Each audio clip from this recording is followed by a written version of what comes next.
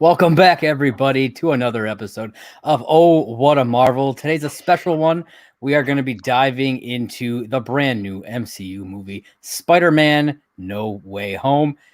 And just so you guys know, if you've never watched this show, we go heavy into spoilers. We are not holding back here. So if you don't want spoilers, turn it off now. Or go see the movie, better yet. Yeah, go see the goddamn movie. Why are you here if you haven't seen it yet? Yeah. Dean, how you doing, man? I'm doing pretty good. I haven't seen this movie since Wednesday, and I'm still riding it. Still been twisting it and turning it in my head this whole time. I've been eager to talk to people about it, and I can't complain because I saw it earlier than most other people. So I'm so fucking sad that I can't speak to people about it. But it's a real problem, everyone. It's a real burden to carry having seen this movie. I couldn't even look at my own family members in the eye. So yeah, that's where I'm at. How are you doing? Yeah, I'm doing good too. I saw this Friday morning, and I've been itching to talk about it. And I wanted to first off, before we get into like breaking down the movie and everything, I wanted to just get your initial reactions when you came out of theater. I know you posted a video, but I want to hear what your thoughts were when you first came out. Pretty excited, or I say excited. I was pretty emotional. I was very satisfied. Like, there's not been that many of these movies where I've come away feeling like I got everything I needed out of it, minus maybe like some small stuff that we'll get to probably later. But generally, like even Endgame didn't hit me as hard as this movie. Like, and I was just invested in the MCU as everyone was, but I maybe shed a tear at like one point in Endgame, but this whole movie, man, I was a mess the whole time. So yeah, I was very satisfied coming out emotionally and spiritually and movie audience-ly, it not that many complaints. If I had to have complaints, I'll find them, and we will. Oh yeah, it's pretty much exactly how I felt coming out of this thing. I agree about the Endgame thing. I was far more emotional with this movie and felt far more satisfied with this movie than I did with Endgame. I still loved Endgame, but it didn't hit me, like you said, quite the same way as this one. And I'm sure that has to do a lot with the nostalgia factor. Yeah, this has got like a head start, in terms of like the movies that are tied up in this. Whilst there haven't been as many and they haven't been like booming in the pop culture in the same way, but we've been riding with Toby since we were like 10 years old, me and you. Yeah. So it's hard to compete with that. And you kind of have to take a step back as well and think, like, is that the only reason this movie is hitting me so hard? And it's not. It's all of that stuff, but there's so much more to it, and it's all tied up in a really tidy little parcel. So yeah, can't wait to unwrap it with you. All right, so let's dive in. Horrible. I'm gonna try my best to remember all of the events that happened, because there's so much that happens in this movie. As I was like putting my thoughts and notes down, I was trying to go scene by scene as much as I could. So if there's anything that you notice that I missed, you just go ahead, you jump in. If there's something that you want to bring up, more than happy to give the mic to you. Yeah, I'm sure your notes are great. I've only seen. Have you seen the film more than once? No, just the one time. Okay, yeah, so, same here. Once, but no notes. So you still got the head start. I'm planning to see it again. Hopefully tomorrow, but we'll see. Yeah, I want to try and get it in before Christmas again, at least one more time. And I want to see Ghostbusters. I still haven't seen that. So man. I'm thinking I might like double bill this and Ghostbusters at some point. Yeah, definitely. I did. I got pretty. I know this isn't a Ghostbusters review, but I got pretty emotional during that movie too. Yeah, I'm So, wondering if it's done as well as the stuff in this movie, because I'm guessing it's like similar, like strings that they're pulling at to. yeah, there is. Yeah, I think this movie did a better job in general. But the Ghostbusters, it was still really good.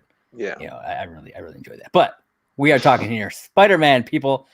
And No Way Home picks up right after the events of Far From Home. Right after. Right after Mysterio has outed Peter as Spider-Man, and most of the city seems to think he's a murderer.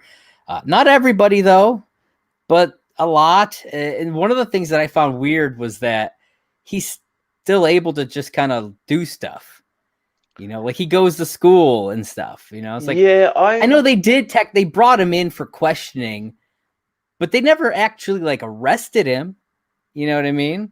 yeah, I did find myself questioning like the legal lines seem to like move a little bit early on in the portion of the movie. And I'd like to correct myself because I said this movie takes place right after thing. It takes place like during. It Yeah. literally is the last scene from that movie into this, and we carry on. We start with that and carry on. Yeah. But yeah, like the line kept moving because at first it was like, okay, it's this life altering shit. I can't move.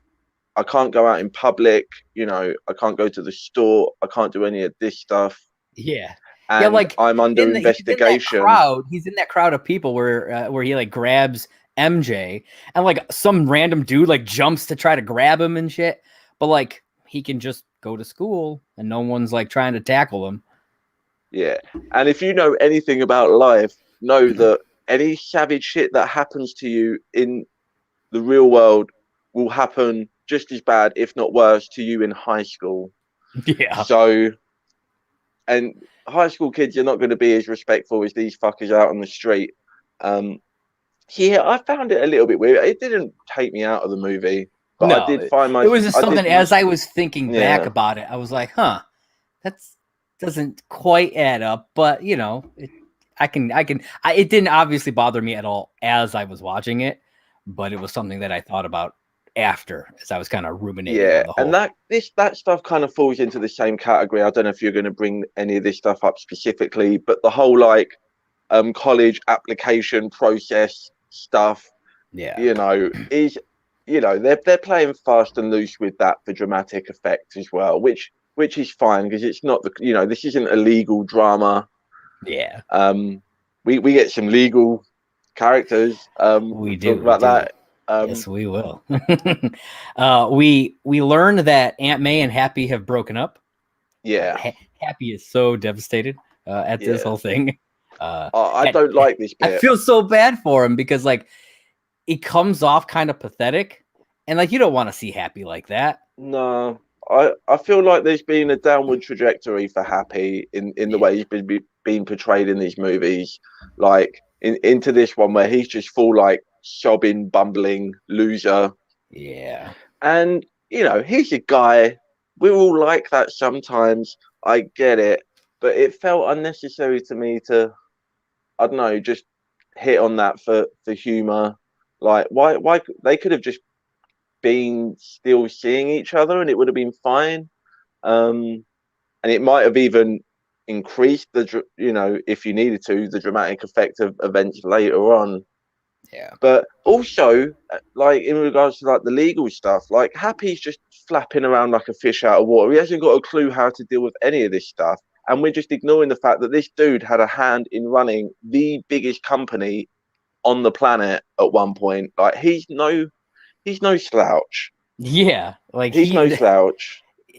I don't know why they chose to go this route with him, but it definitely does not line up with the Happy that we met, you know, in the Iron Man movies, for instance. Do you think it was just because they Marvel and Sony as a company didn't want to commit to Aunt May being in a relationship with anybody, Happy Hogan or otherwise? Because you know what the fans will be like. They'd Yeah, all come right into the defense of dearly departed Uncle Ben and demand that Aunt May be celibate for the rest of her days. And obviously it's a Tony Stark tie, but we erased the ties at the end anyway. Spoiler alert. So yeah, it felt like an unnecessary step in the narrative where we've got so much to get going on, so much to get to. But again, it didn't take me out of the movie. Yeah, I agree. It did feel unnecessary. Honestly, I wouldn't have. It wouldn't have bothered me if they didn't even mention the fact that they were dating or not. I wouldn't have cared. Yeah, one like way or it another. happened.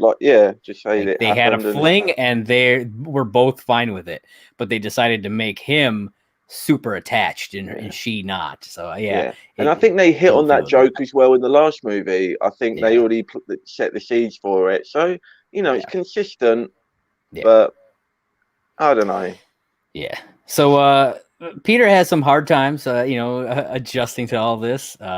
He gets a visit from a few different individuals before all the shit breaks down. We get Damage Control. They come back. We Yeah, saw them in the first one I think they were in. yeah. Because that's the one with the Vulture. So they show up, which I thought was really cool. I kind of want a Damage Control show. It was something that they had talked about a long time ago. I believe it was in development and it was getting pretty close. And then I'm assuming what happened is that Marvel or Sony were just like, no, we want to use that in the movies. You can't do that in the show. Yeah. Which sucks because it's not like a massive part of this movie. And I Yeah. love the idea of like a superhero like cleanup crew and that kind of thing. I've always been a big advocate for the idea of like a legal drama set around, like solving like all like the destruction and all of that kind of stuff in the Marvel universe. I think that'd be hilarious. So I'd love that stuff, but they're like barely in there. A show about insurance adjusters. I think Exactly that, yeah. Like insurance, like The Office for an insurance company in the MCU and the mental stuff that goes on. Yeah, I digress. I mean, DC sort of did something similar to that with that power. I don't know if you watched it. It was called Powerless.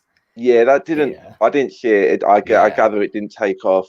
No, it only did one season, but it was kind of that sort of thing. It was like normal people in this super powered world and all this stuff, kind of dealing with it. So, I still hope that they go through with the Damage Control show. It would be pretty cool. Yeah. But we get. Oh, go ahead. I was going to say we do get plenty of like real world superhero stuff with Peter and everyone in this movie. Like, it's so crazy. I said this in my reaction on Twitter. It's just like a movie this big has no business being this intimate. Yeah, and hitting both like the highest points of like what a Spider-Man story can do, and like the most grounded, gnarliest points of what a Spider-Man story can do. So that's how we get back on track. Yeah, absolutely. And we get a visit from another person. Now, this had gotten spoiled by a certain somewhat bigger YouTuber out there. I've never heard of John Campion. Yeah, the actual image of this had gotten spoiled. Part of me was hoping that it was fake. But then also part of me really wanted it to be true, and it winds up being true. We get Charlie Cox's Matt Murdock coming in to help Peter with some legal issues here. We only get him for this one scene, which I was bummed about. I was hoping we'd get a little bit more. I understand you're kind of introducing him back into this world. Yeah, but I was bummed it was just that one. I was hoping to see him again. Maybe even just like at the end, he runs into him later on, just on the street or something. But a little bit. I had avoided the actual spoiler for that. Like, obviously, we'd all speculated that he might be in it, and there was a lot of people saying that one shot in the trailer of like the guy in the interrogation room, like putting his arms down on the desk, was going to be Matt Murdock. So I was expecting him to show up in that scene, and then it didn't happen, and I was just like, oh, okay, that's fine, move on. Like, I wasn't going to get hung up on that expectation. And then it's literally the next scene where we're back at the place and we're sitting there and we get an unofficial reunion of Matt Murdock and Foggy Nelson, because we got Jon Favreau and Charlie Cox in the scene, which nobody's talking about. I totally forgot, dude. It's been so long since I've seen the original Daredevil. Yeah, I totally forgot about that. That's awesome. Favreau was so great as Foggy Nelson. Yeah, I loved him in that role. Yeah, so this scene was really cool because like somebody chucks I don't know if it was a brick. I don't know exactly what it was. I don't remember what was thrown through. I think it's like a brick with a note or something on it. And Matt Murdock just catches it. And you can see Peter about to catch it too. And they kind of share this look like, okay, I see you. Yeah. I thought was awesome. I thought that was really cool, which makes us know, he's got his powers and everything. Like he's ready to go. Thing. Yeah. I mean, they turned up the red on those glasses. Like they made sure that that this isn't just like a pre-origin Matt Murdock or something like that. This is he's rolling. Yeah, he's absolutely rolling. Now I don't know what he was doing during all this time when these villains are destroying New York City, but he's there at least. Yeah, that's not his stuff. I mean, that's true. And that is true. We don't know, and this is something that they could explore down the line, but we don't know that the characters that we see in this movie are the only characters that come over during the failed spell. Yeah. So I got some things to say about that. So they could, if they wanted to down the line, Matt Murdock was busy fighting fucking Mysterio or something. Like, they probably won't do it something that overt, but they could, and it's completely on the line. Like we're seeing spoiler alert for the last episode of Hawkeye, but Fisky's back in town. Yeah. So that's two characters we've got on the books there. I'm interested to know if any of the supporting cast will survive. Like, because if Matt Murdock's operating as a lawyer, there's a Murdock and Nelson, or Nelson and Murdock. Excuse me. Oh man, I'll take away my comic book cred for that one. That was bad. Avocados at law. Avocados at law. So yeah, do we get Eden Henson and Deborah Ann Wall and that little whole pocket, or are we just gonna? I mean, we'll find out. It's not because they were fantastic. And I'm down with it. I have a feeling Matt Murdock's gonna pop up in the She-Hulk show. Yeah, that seems like they're both lawyers and everything. It's a no-brainer. It's a no-brainer. And She-Hulk might even tap into that superhero legal stuff that I was talking about earlier as well. I'm really excited to see how they put off She-Hulk. And with this, the possibilities are endless. I didn't mind that this was the only scene of Matt we got. Like, it was satisfying enough just to get like such a confirmation that he's not just, because they could have just had him there as just a random, it's just an unnamed lawyer and just had it as be like a wink to the fans, but they went that extra mile, all in. He's already Daredevil. Watch this space. So that excites me. Yeah, like I knew it was coming. I didn't know exactly when, but I knew it was coming. And I was still was cheering when he showed up on screen. Like it didn't matter that I already knew. I lost my shit. It was fantastic. So we learned that Peter, MJ, and Ned all get denied from college. We talked a little bit about that. I know you seemed like you had some more to say about that. So I don't really have that much to say about it. And I don't know the process for how your college applications work any more than anyone else. So, it just seemed a little bit strenuous to me that, bearing in mind, we kind of tiptoe the line of like, is he being accused of crimes? Is he being charged? Are they trying to press charge? We don't get the full picture on that. So then by that definition, would that stuff really come into account? Because they're still following him around with the media and the security measures are still happening outside the college and or the school and stuff like that.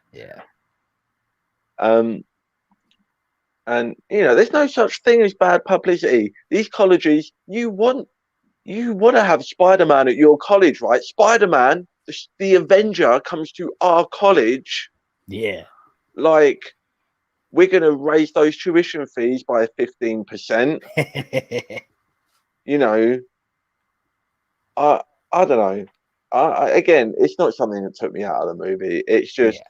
if you're going to look for stuff to pick apart, which people will, and there's no point in talking about this. You're going to have to, because we can't just gush all over ourselves and the movie for an hour, two Yeah. hours. I mean, we can, but everyone can and everyone will. So just to provide a little bit of color there, I just Oh found yeah. it, slightly weird, but they make so many right decisions and so many logical, you know, things that just fall into place that all make the larger plot make sense as we get further into the story. Yeah. That stuff is the stuff that they really needed to nail, and they do. So That's it's true. fine. Yeah. We also learn that MJ's full name is Michelle Jones Watson. So we finally get Yeah, that Mary Jane connection this is there, which I rustling thought was cool. feathers, Oh yeah. because I remember when it was first announced we had Zendaya. Yeah, one of those. I'm not sure. There was a lot of people like, yeah, but she's not the real MJ. That's coming. Like that's a different character. This is a new original character. And now people are like, what do you mean? She's not fucking MJ. Like people Yeah. have really warmed to, which I think, does speak to toxic fandom, but it also does speak to how this character has warmed and developed and changed in the minds and the hearts of the people. And she's so good in this movie. She is She so is. good. I Yeah. never really saw the big deal. I didn't watch Euphoria or Yeah, I I haven't didn't seen. either.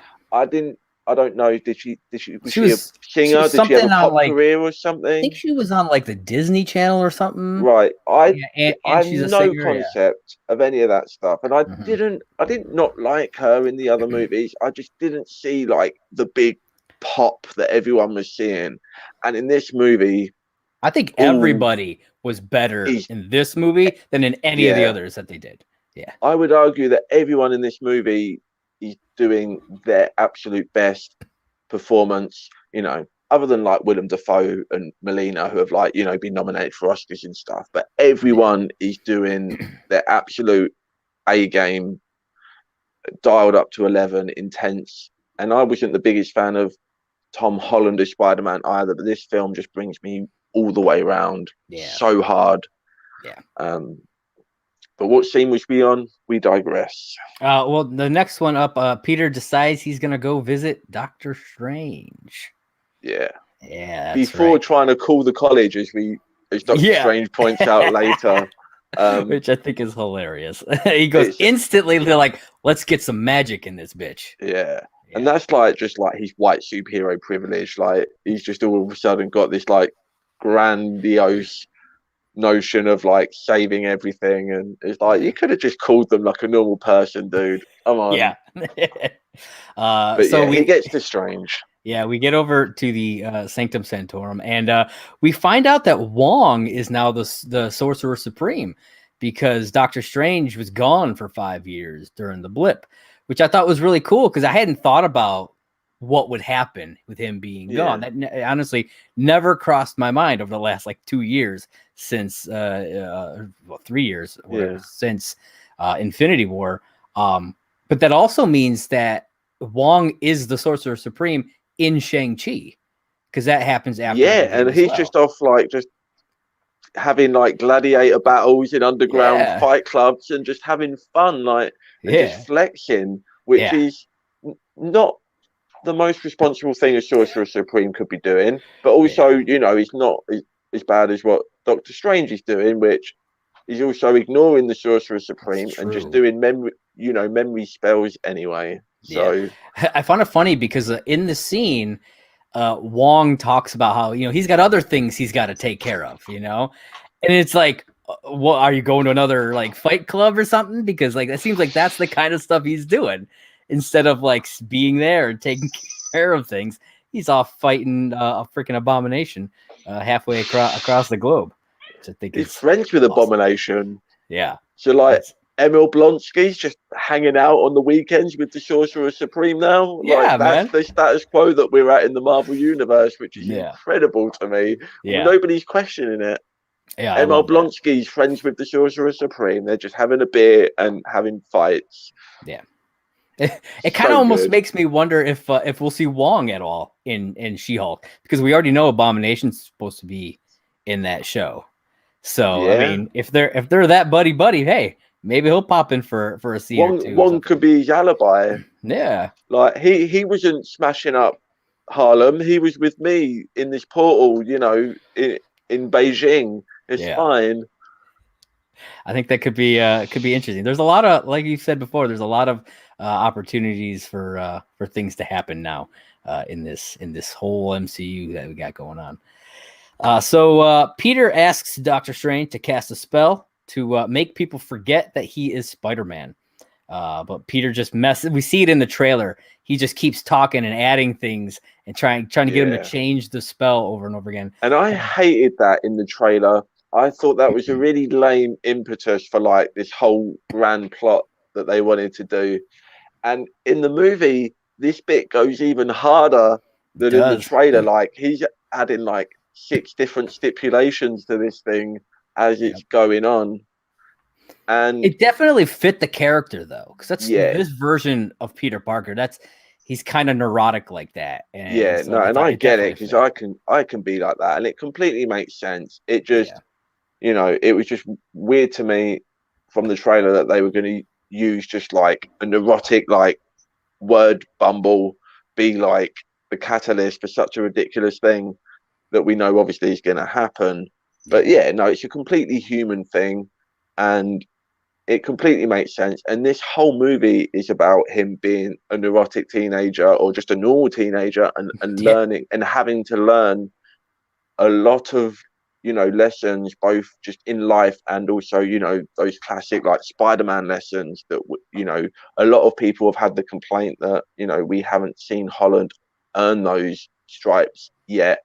And they had he gets all the stripes in this. Stripes. So the spell becomes unstable, and Doctor Strange has to like shut it down. He locks it in this like crystalline barrier and puts it in a box. And this crystal thing, I mean, you watched What If? It was very reminiscent to the episode with Doctor Strange, where he like destroys his universe and then he traps the entire thing inside of a crystal. That's what it made me think of.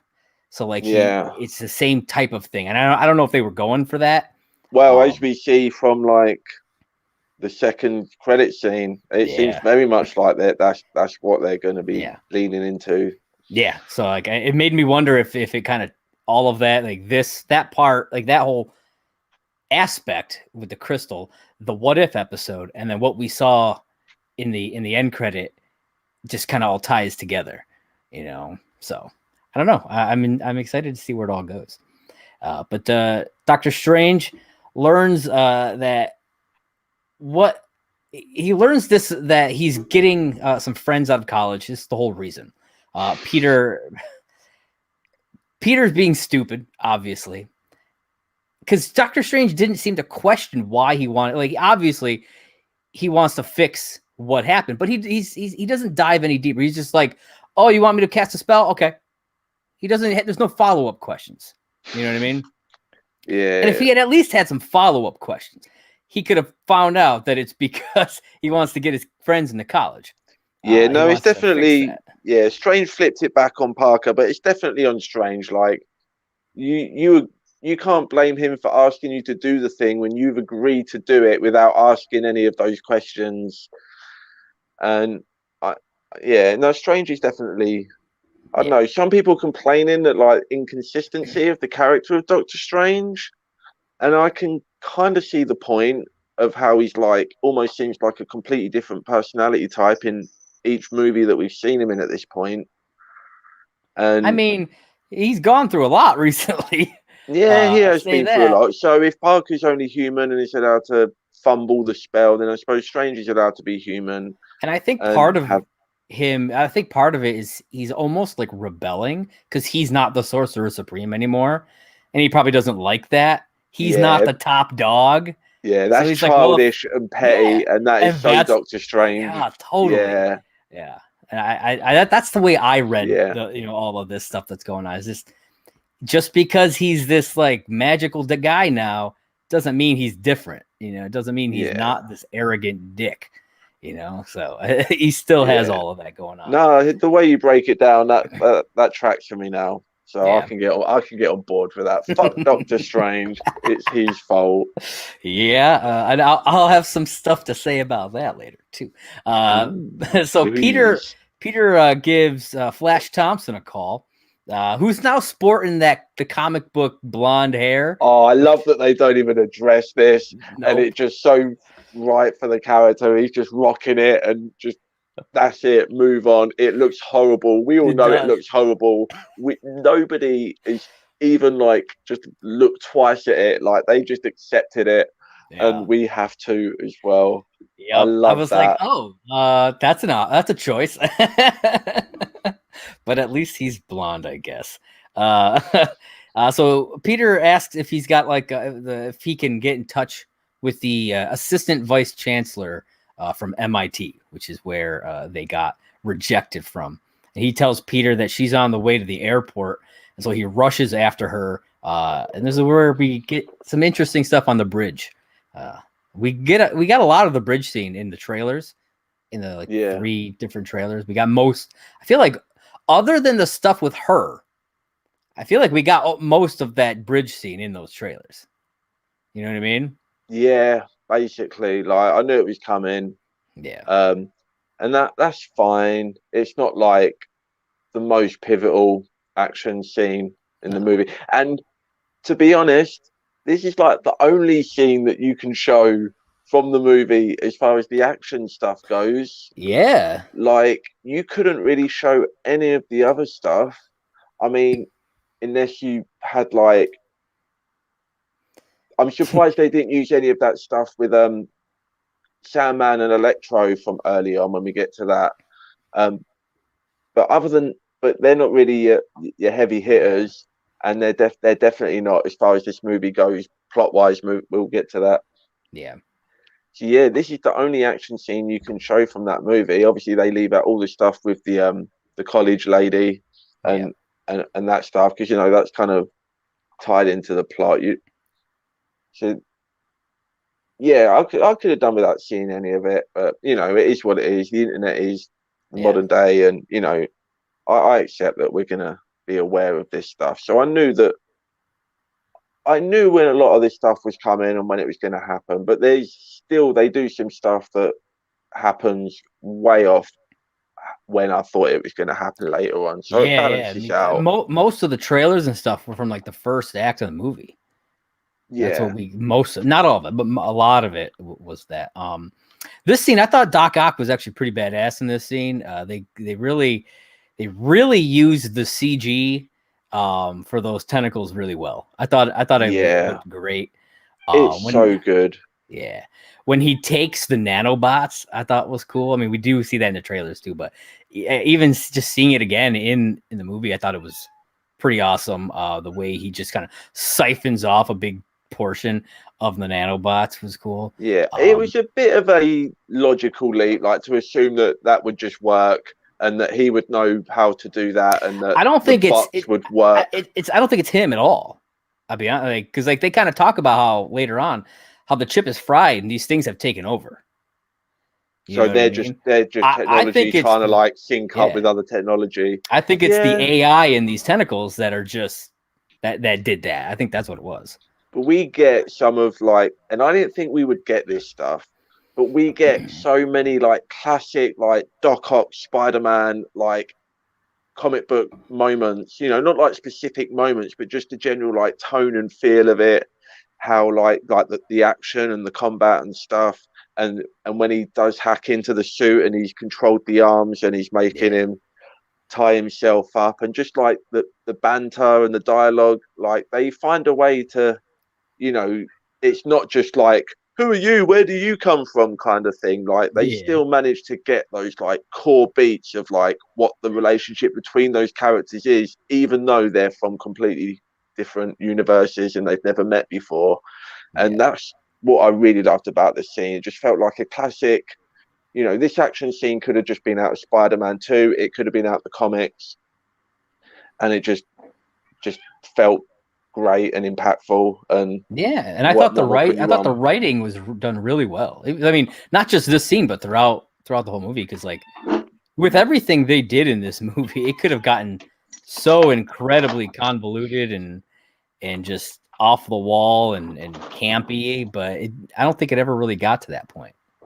No, the all round the mixing of the tones between, you know, characters from this universe and the other universes, and how it all, you know, they blend it in such a good way that you just can't. I just didn't think they would do it. I thought, you know, I thought it was going to be jarring, you know, with these characters from, you know, 20 years ago and interacting with characters from now, and, you know, those actors still doing the same performance and making the character track through that movie and through this. Yeah. And Molina's just, you know, he's the poster boy for that in this movie. Like he does it so well. Yeah, he's fantastic. Like he's still like he's coming fresh off the rage of like his machine that he, you know, had up and running for the second time, and now Toby's just fucked it. Yeah. Like he is still like living in that moment, and I was totally like he brought me emotionally into that moment. And even though I haven't watched the movie again recently, like it was just all the context and the motive was just so fresh and just right there, you know. Yeah, absolutely. And then we get Green Goblin comes in. We get the, you know, the laugh and the pumpkin bomb and everything. And Molina knows exactly who, or Doc Ock, I should say, knows exactly who it is too. I love that. Yeah. And he can't believe it, because in his world, Norman Osborn is dead. That didn't even occur to me. All of this stuff of like, you know, because we get no mention of Osborn really from Doc Ock, at least in Spider-Man 2, and obviously there's no mention of like Defoe, like, oh well, you know, I know a guy called Octavius or whatever. There's none of that. And just with a few lines, they just flesh out these like background relationships that these characters would have had because of their positions as scientists and everything. So good. Yeah, absolutely. So there, you know, they have a bit of a battle going on, him and Doc Ock. He saves the vice chancellor. This is all before the goblin stuff comes in. And then she recommends that they all get a second chance. So like, I like that they kind of opened that door, showed that people can change their minds about him. You know, I like that a bit. Yeah. And then we wind up learning that a bunch more villains have entered this universe. And Doctor Strange, he has an idea to trap them all. Yeah, just real quick, the idea that Doctor Strange had an entire battle with the lizard that we don't see in the movie. Like, can we make that like a short film or something? Because just this high and mighty, obnoxious superhero magic guy having to go in the sewers and wrestle with a fucking lizard is just really tickles my need. But move on, go on. Yeah, I'll be honest, I was just a little bit bummed that we didn't get to see that, but it didn't really matter that much. But I was like, man, I would love one of those one-shot shorts that they used to do, just getting to see a little bit of that. He's got the cuts on his face. He got in there with this thing. Yeah. So they go around, they gather up. They got Doc Ock, Electro, Lizard, and the Sandman at this point. And a tree as well, which I thought was hilarious. Yeah, the tree gag was funny. Who is it? He says, like, is that like a magical tree villain? Is that a man who turns into a tree? No, it's just a tree, man. It's just a tree. And they're not wrong for thinking that, because as we discussed, like, they say over and over again in the movies, like, oh, you come from Electric Hills, you fell in a hadron collider, you know, like, we really need to stop falling into shit, you know. Yeah, that was good stuff. So then we get a scene in an alley with Norman, and he's fighting against the Goblin, the internal struggle with the Goblin, and then he winds up he takes the mask and he just smashes it. Kylo Ren, But baby. yeah, definitely. But there, you still hear like the Goblin laugh after, so like he's not gone. You know what I mean? You can tell. You know, Goblin's never gone. no, he's just holding him at bay. Goblin, but not forgotten. There it is. Then Norman seeks out He's looking for Spider-Man, and he sees. I think he sees like something about Spider-Man on the feast building or whatever where Aunt May works, and he finds Aunt May. Yeah, and they start talking, and then she calls Peter and gets him there. And Defoe, man, he puts on such a damn good performance in this movie. It's incredible. It's how so good. he is. I believe him. Like, and I know that he's like not lying because it's a split personality and stuff. Yeah. But like, I believe that like, shit, maybe they can fix him. Maybe this, and we all know that's not the avenue this movie's going to go down. We know he's going to be a bad, and we're gonna have to take him out. But in those moments, I was like, oh man, what if we really could like? And it just brings you back to like those actual like connections that we did have between Toby and Norman. Like you could see that there was a love there, and with Melina more so inspired. And it just really, the performances just really took you back to all of that stuff without them having to like remind you of all of that stuff with like really bad exposition of like, oh hey, remember that time when we, and it's in the character, in the actors' faces. It's beautiful. He's so good in this scene. It's incredible. I mean, he's good throughout, like I said, but this scene specifically, it, like you said, it just makes you believe.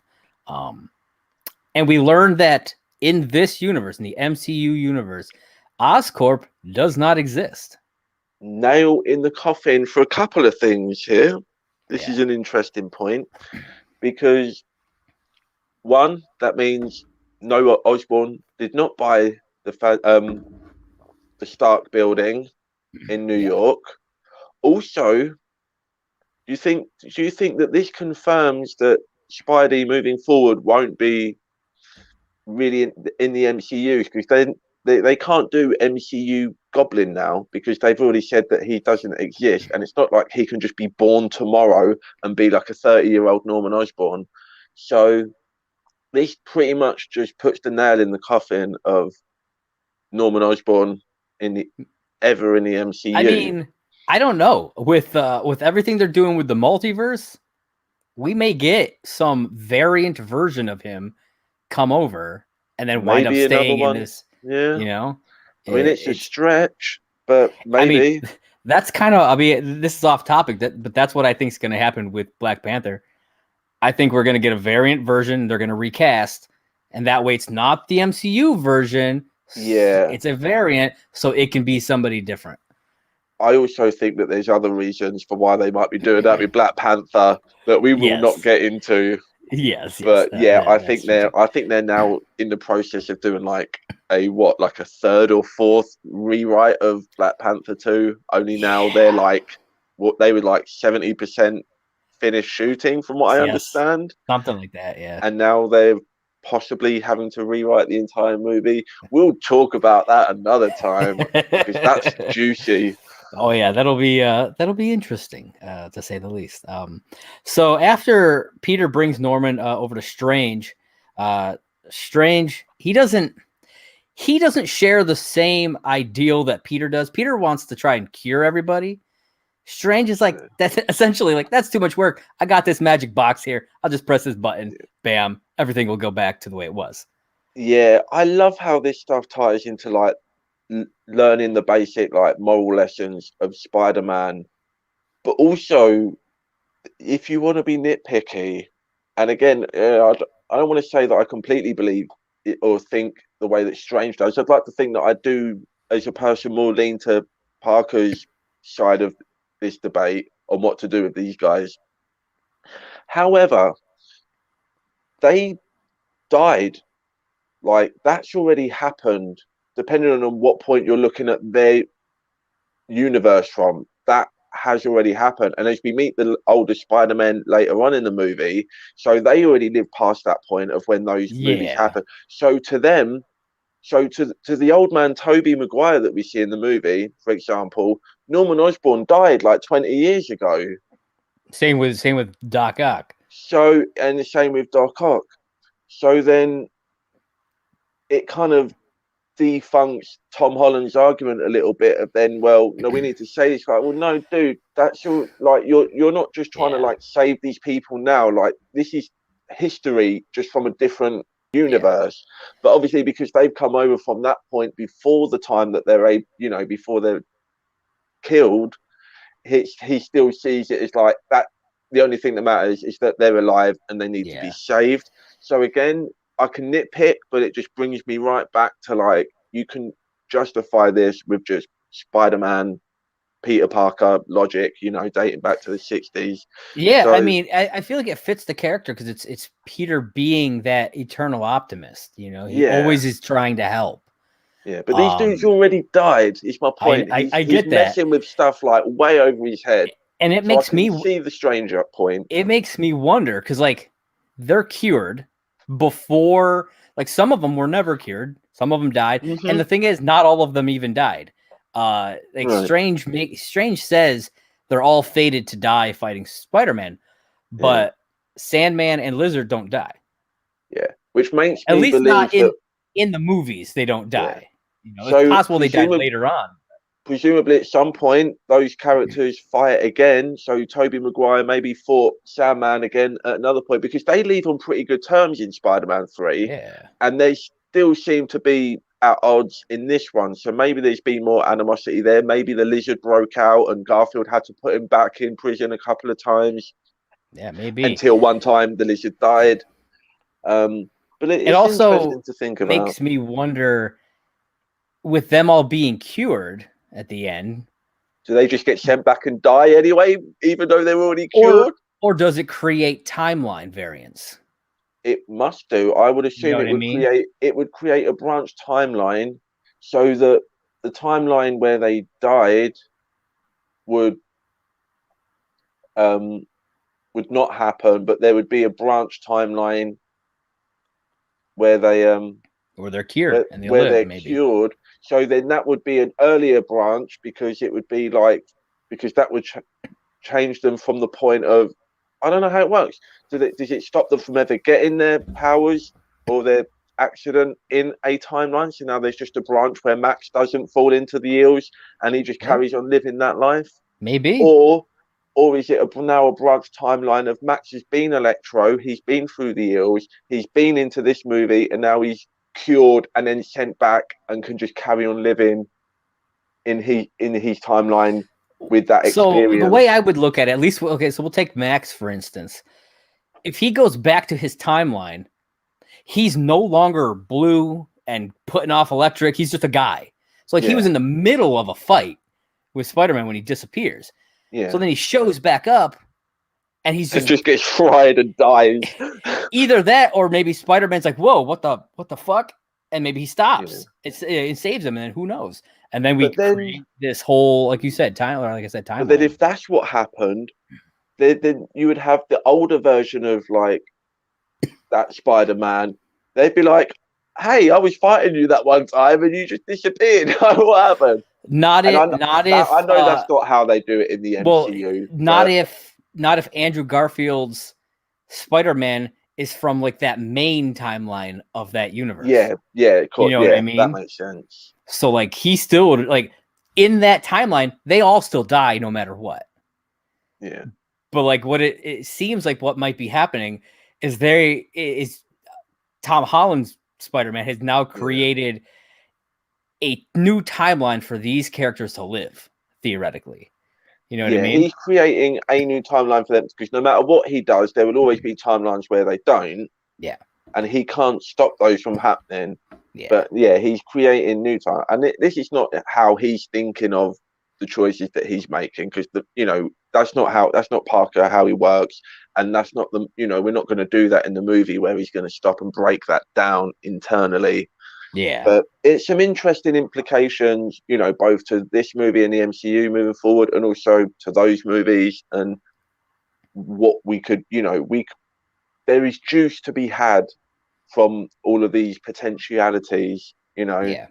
is Amazing Spider-Man 3 going to happen? Probably not.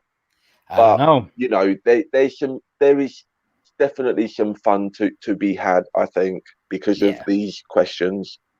I'll have some theories for that later on.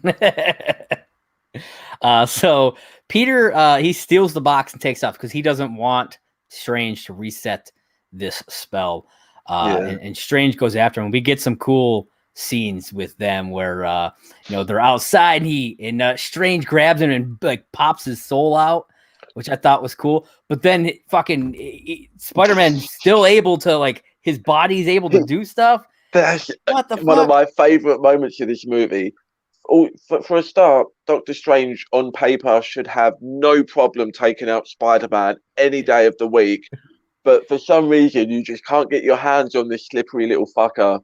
And to the point where he pops the soul out of his body.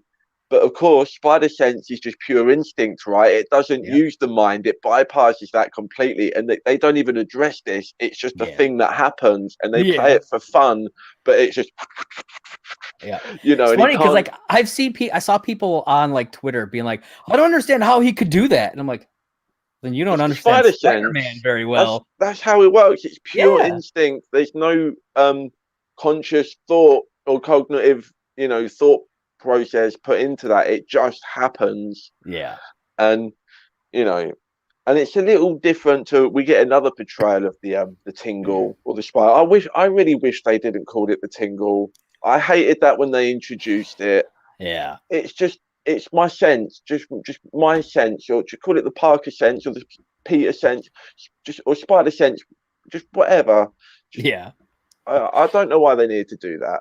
But yeah, we get a cool thing with that later on as well with the Goblin, but Yeah. I digress. Yeah. So then they wind up in the mirror dimension because Doctor Strange's like, fuck this noise. We're playing on my turf now. And there's some, like, these are the types of scenes that I loved from, like, the original Doctor Strange and everything. Yeah, this stuff was cool. Yeah, we get, like, the scene where he, like, wraps the train around him, which I thought was really fun. Like, you get a bit of that in the trailer, but, like, you get a lot more of it here, which I thought was really cool. They do a lot of fucking cool shit in here, but Peter gets the better of him and and traps him in this dimension and takes his fucking sling ring. Like, he might as well have just pulled his fucking pants down right there in the mirror dimension. Like, he's just strung up. Like, I'm going to use maths to somehow leave you here. Yeah. That was so cool. Terrible. Yeah. He's just, like, doing calculations in his head, and all this just, like, kind of wraps him all up. We get those shots with Spider-Man with the cape on. He's got the interacting with the cape, which is another homage to What If. Like, they got to be aware of that. So they're definitely, like, subconsciously training us to associate now the animated show with the live action stuff, and they're just getting that stuff programmed in our brains, ready for when I think we'll see more overt. And again, with the Doctor Strange thing at the end, we're going to get more of that stuff. Yeah. So he gives the box and the ring to MJ and Ned. Ned wears the ring, which we get some use out of later on, which is cool. Real quick, back about Doctor Strange, something I have in my notes. He's in this way less than I expected. Because, like, heard that. He's in. This is where he's in, and then we get a whole giant chunk of movie where he's gone because he's locked in this mirror dimension, and he comes back at the end. I assumed he would be in the movie throughout the whole thing. I didn't think he was going to disappear throughout a big part of it. So it wasn't bad. It wasn't a bad thing or anything, but I was surprised that he was gone for as long as he was. One of my main gripes with this movie, and it's not a gripe really, but if we're looking for things that we don't like as much, is the whole Ned making portals plot. I feel like that was just felt a little bit out of nowhere and a little bit unnecessary. But then at the same time, I kept thinking how you can't do some of the later moments in the movie without, you need that device in there. So I get it. But going off what you're saying, like, I wouldn't have minded Doctor Strange throughout this whole movie. But Yeah. I get that they made a conscious decision of like, we're not going to have him in the whole movie because we're already getting the heat of the Iron Man Junior stuff. Yeah. Um, and I do appreciate that we didn't have Strange in there, but he could have served quite easily as a narrative device. Because it, I say, the Ned stuff wasn't my favorite, and I get that it's in there to like lighten it up as well as like move the plot forward. And it gives Ned something to do, because I feel like a lot of times he doesn't have like in the second movie, he had a girlfriend. That was kind of like his plot. You know what I mean? Like, really, that's what it was. It was him and Betty Brant. That was his plot line in the second movie. Love And seeing so, Betty Brant slowly working her way up the yep. news media chain. Yeah, as I she love that they progresses showed through her. life. Yeah, I thought that was really cool. But yeah, I really think it was just to give him something to do. You know, which I like, because I like him as a character in general. So I'm glad he had more to do, because like MJ was doing a bunch, and so it was nice that he got to do something as well. But you know, they could have, you know, obviously done it different ways, but I think it still worked. But yeah, you know, it's it's just that cliche of like, you know, the girl and the friend have always got to somehow miraculously end up on the same monument that the final action set piece is happening on. Yeah, and we get them to that point at the end, and I get it was easy there to have them there for the wrap up as well, and all of that stuff is great in a vacuum, but you know, a little bit tropey, but it's fine. And we make fun and reference and acknowledge a lot of superhero-y tropes in this movie, so it doesn't take me out of it at all. Yeah. So Peter, he comes up with a plan. He convinces all the villains that you know, he can cure them. You know, and so he does. They go back to Happy's apartment. Apparently, Happy stole a fabricator. Just happened to have this thing in the apartment. That was one thing. I was like, really? They just happened to have this giant fabricator that can make pretty much anything in his. I don't know how he got that fucking thing in his apartment in the first place. There's no way that thing fit through his door. I don't know how he got that thing in there, but maybe he fabricated it. Maybe he did, or how maybe he was like Dr. Strange. Yo, let me use a portal. You know, hook me up with a portal so I can get this thing in here. Oh, if Doctor Strange is your friend, you're totally asking him to move when you need to move. Oh, absolutely, man. Just sofas falling through the ceiling. That's exactly what I would what I would do. So Doc Ock is up first, and Peter fixes the burnout chip, and he regains control of the arms. You know, and he finally becomes, you know, the good guy, which I liked, because he's one of my favorite characters in Spider-Man. What do you mean, Josh? He was never the bad guy. What are you saying right now? Don't even joke. The tentacles were the bad guy then. They were the real bad guy all along. But then the Goblin takes back over Norman, and he convinces the rest of them to back out, and shit just goes down here. And Electro fucking takes an arc reactor, which I thought was an awesome kind of plot device for him. That he just, it gave him this like essentially unlimited amount of power that he could use. Yeah, I thought that was really going to go. Like, as soon as we saw in the trailers, like, is that an arc reactor on Electro? I was like, they're not going to do that. The fans will hit the fucking roof if they tie somebody else into Tony Stark tech. But that whole element to the film, excuse the pun, Iron Man 2, but Palladium. Anyway, that whole layer to the character worked really well. You know, the energy feels different here, and you've got this different technology here. You've got this different source of power here. Yeah. That stuff just slid in just so neatly to everything that was going on around it. It was hard to have a problem with that angle. Yeah. But if you would have told me that on paper before, I would have hated it. No, I agree because when I saw that he was like eyeballing the arc reactor, I was like, it's like really are they gonna really go that route? But then it turns out I dug it. I really liked how they did it.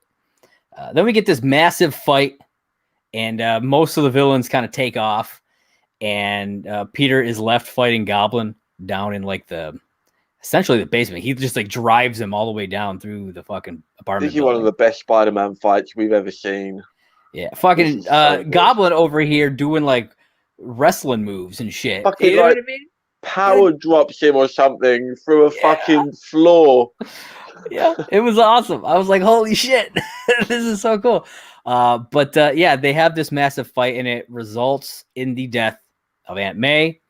I had a feeling this was coming because she gives the iconic with great power comes great responsibility line. We finally got that line, and I was like, if they're giving her this line finally, I was like, I feel like they're gonna kill her now.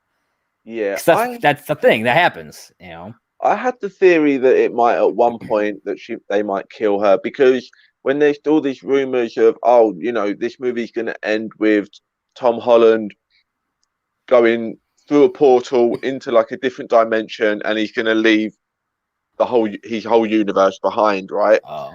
And you know, and hence No Way Home and stuff, and you know, sending him back to Sony and all of this stuff. I was thinking that's all well and good, but there's no way there's a story reason that Peter Parker would ever leave Aunt May behind. Like, he would take her with her, and if they're ever going to separate him, they would need to kill her. Yeah. But I didn't think they were going to do it. And then I thought, oh, maybe they are. But then I thought, oh no, they're keeping this going. You know, oh, she's hurt, she's all right. And they dragged it out just that little bit extra longer for me to think, oh, she's going to be okay now. Yeah. And then they do it. Yeah. They did it. They did it. They fuck. And from this point on in the movie, my review could not be counted for anything because my eyes are filled with tears. Yep. I am done for the rest of this movie. Even when I'm laughing, I sound like a hideous fucking hyena creature because I'm just laughing through the tears, and then I'm crying again through the laughter, and it's just it's so well done. It's really well done, despite everything I just said. Yeah, they destroy us with this scene, and then not long after, they try to pump us back up, and we get we're at, is it Ned's grandma's house? Is that where we are? I think it's his grandma or his mum. I don't know. And him and MJ are just kind of they're waiting, and he's just kind of fucking around with his hand, like he's like making hand movements, and they notice that it's, you know, sparking things, and so they decide, let's try, and they open up and they find out he can open up the portals, and so they decide to try to find Peter, and they find Peter. But they do. It is, but it's not there, Peter. First we get Andrew Garfield in the suit, which I thought was fantastic. How soon did you realize that this wasn't Tom Holland? Was you aware straight away? I didn't. No, I did not. I don't know. I think I was still like thinking about the Aunt May stuff, and of course. So until he came in, I didn't realize it was him, because we just see the alleyway, right? Yeah, and I'm thinking, oh, okay, they're doing this classic, you know, Ditko shot of it's gonna be Spider-Man. He's gonna be all depressed because Aunt May just died. He's throwing the suit in the trash can or something. Yeah. But and then the closer he comes in, I was like, oh, hang on, he looks tall. I was like, we're going Toby. Toby's gonna come out, and then they don't open with Toby, and we get Garfield, and I think that was the better route. I think it was actually better to go with Garfield first. Yeah. I didn't think we was going to get both of them so close together. I thought they were going to spread them out. So that's a thing that we'll kind of touch on again. Yeah. But yeah, bring Garfield in first.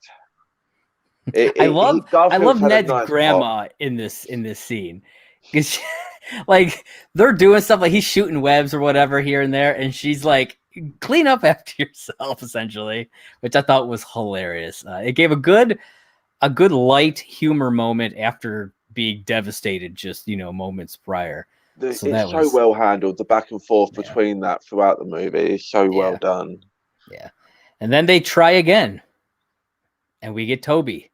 And we get Toby and Andrew together.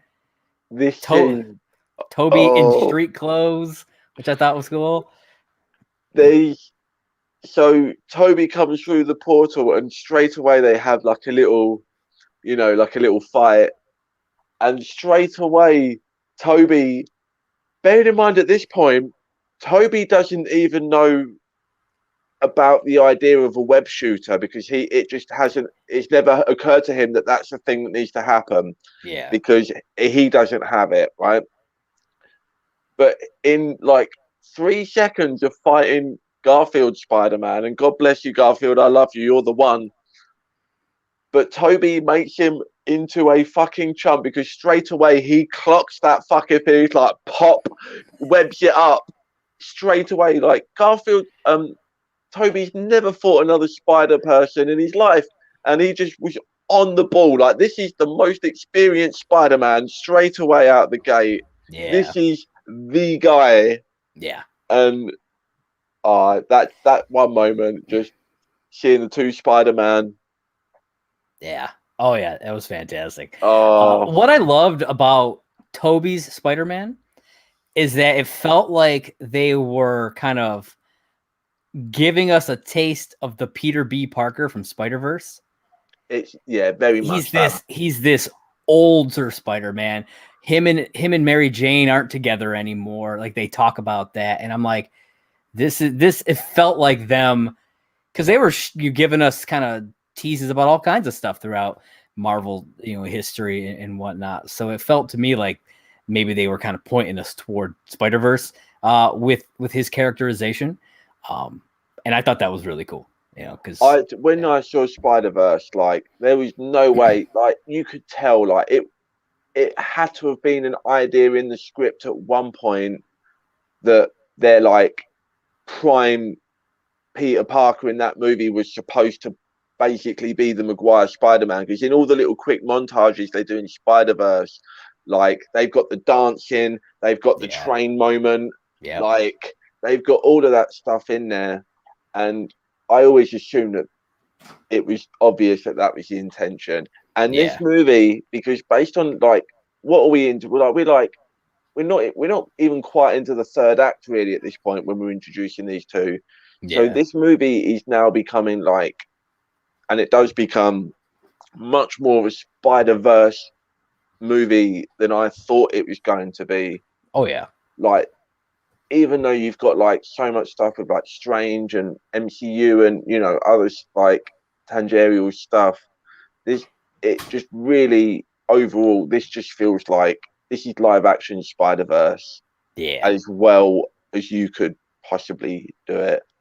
Yeah, and I think it was done in a very well thought out way, because you can do a lot with animation that you can't do with live action, and the things that they went with for the live action type of version of this, I thought they made a lot of good choices here. So, and then they finally find Peter, and all three of them meet one another, which I thought was cool.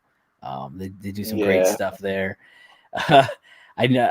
I'm sure I'm out of order in some of this. There's a line at one point when they're getting ready to go fight where they refer to Toby as like a youth pastor, which I thought was hilarious. Man, some of this stuff with the Spider-Man referencing Spider-Man, and by the time we've got like all three of them together, and they really start, like, they're in full swing, excuse the pun, of like, just like addressing all the stuff that's on the table and kind of like really getting into the stuff that they know we all want them to get into. And it's so earned. It's so earned. And you talked about earlier about Toby not knowing what a web shooter is, because his are built in, and they talk about this. And they keep coming back to it.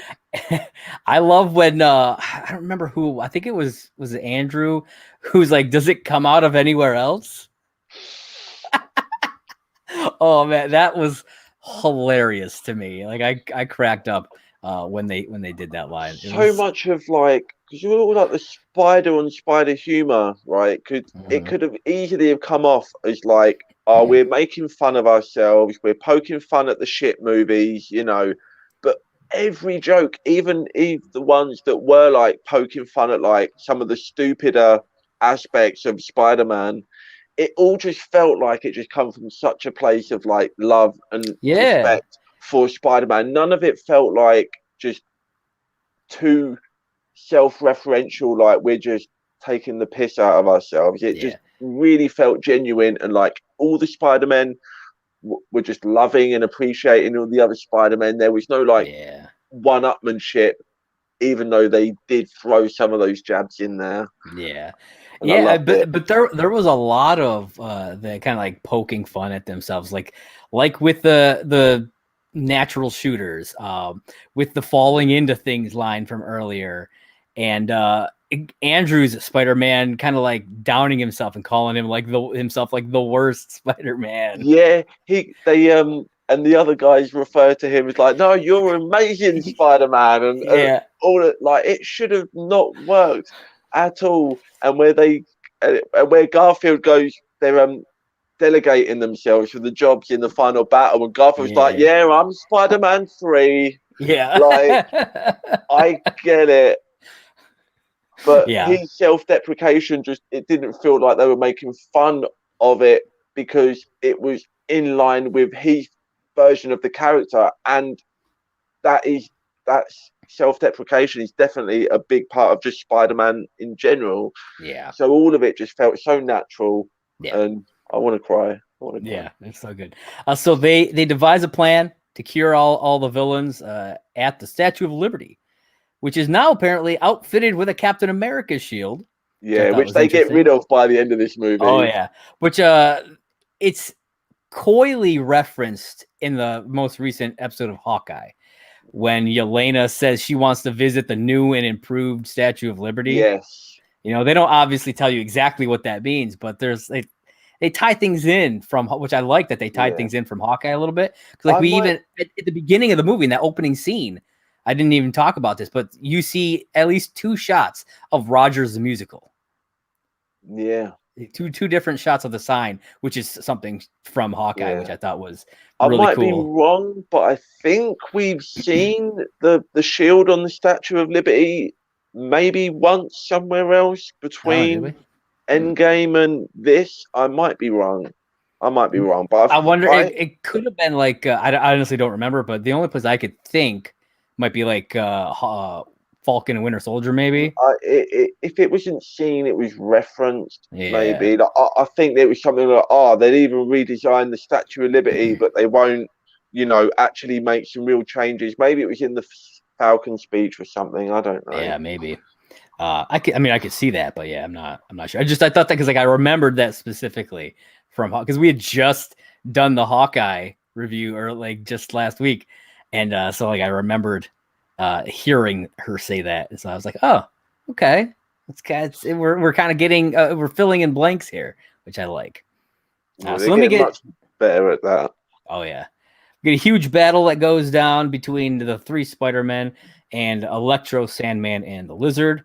A lot of good stuff going on here. We finally get to see what the actual scene looks like, where Lizard gets kicked in the face.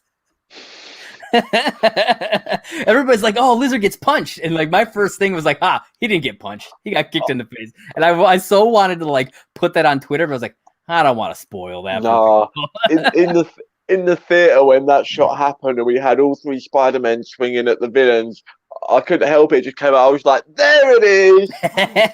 There it is. Yeah, it was great. And it was funny because like it was real quick. Like that shot was real quick. So we spent so long, like the last 6 weeks, like looking at it. Of course, it was going to feel quick.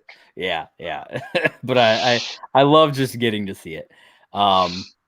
We get Andrew Garfield finally getting to save the Peter Parker love interest. He saves Mary Jane as Called she that falls. moment.